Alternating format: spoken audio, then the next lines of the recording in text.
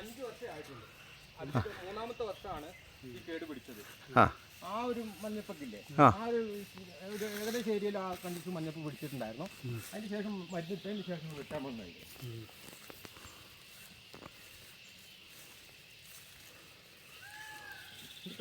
ഇത് എത്ര വർഷം കിട്ടും ചേട്ടാ ഇങ്ങനെ? 2 വർഷത്തിൽ. 2 വർഷം അല്ലേ? ഇനിയിപ്പം ആ ഒരു കൊടിക്കാണ് നമ്മൾ ശരിക്കും നോക്കേണ്ടത്. അതെ. ആ കൊടി ഇപ്പം മരുന്ന് ഇതാക്കിയിട്ടില്ല. ഇതിന് ചാണകം വിടുന്നത് അല്ലേ? കമ്പോസ്റ്റ്. ഈ പുല്ലൊക്കെ നിന്ന് കഴിഞ്ഞ് കുടിക്ക് ദോഷം. പുല്ല് നിൽക്കുന്നതല്ലേ? അതെ. അത് കുറച്ച് മാറ്റിയിട്ടുണ്ട്. ഇത് ഇപ്രാവശ്യം മഴയ്ക്കൊന്നും ചെയ്യാൻ പറ്റില്ല. അതെ. എന്തൊരു മഴയായിരുന്നു. മഴ തോർന്ന് ഇന്നലെയല്ലേ ശരിക്കും പറഞ്ഞ. ഇതിപ്പോൾ കൊടികളിൽ എത്ര ഏക്കറുണ്ട്? ഇപ്പം മൊത്തം 23 ഏക്കർ. ഈ ഒരു കൊടിയിലും അവിടെ ഒരു കാപ്പി മെയിനായിട്ട് ചെയ്തേക്കുന്നത്. ഞാൻ എൻ്റെ വീട്ടിൽ ചെയ്തിട്ടുണ്ട്. കവുങ്ങിന് ചെയ്തിട്ടുണ്ട്. കവുങ്ങിന് ഒറ്റ പ്രാവശ്യം ചെയ്തിട്ട് അതിൻ്റെ റിസൾട്ട് പുതിയ മുമ്പും പഴയ മുമ്പുമായിട്ട് വ്യത്യാസമാണ്. എല്ലാത്തിനും ഇപ്പോൾ ചെയ്യാറുണ്ട്.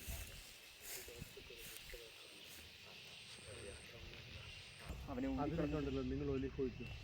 ഒലിഫ് ഒഴിച്ചു.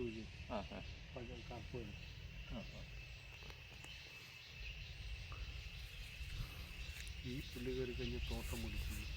ഇതല്ലേ ഇതൊന്ന് മണ്ണ് ടൈറ്റാകും. ഒരു സാഹചര്യത്തിന് വളരെയാണ്.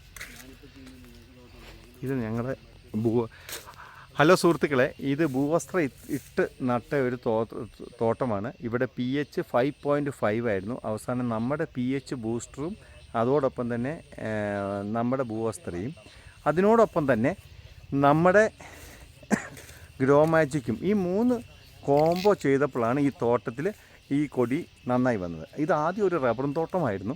ആ റബ്ബറും തോട്ടം നമ്മൾ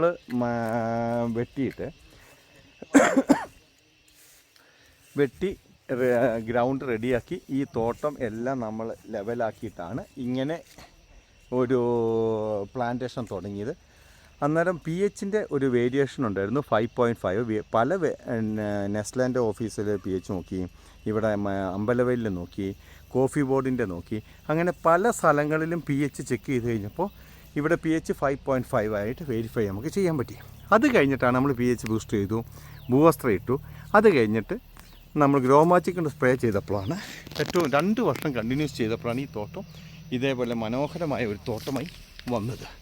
അപ്പോൾ എല്ലാവർക്കും pHൻ്റെ ഇത് കാണാൻ വേണ്ടി ഈ വീഡിയോ ഞങ്ങൾ പോസ്റ്റ് ചെയ്യാം.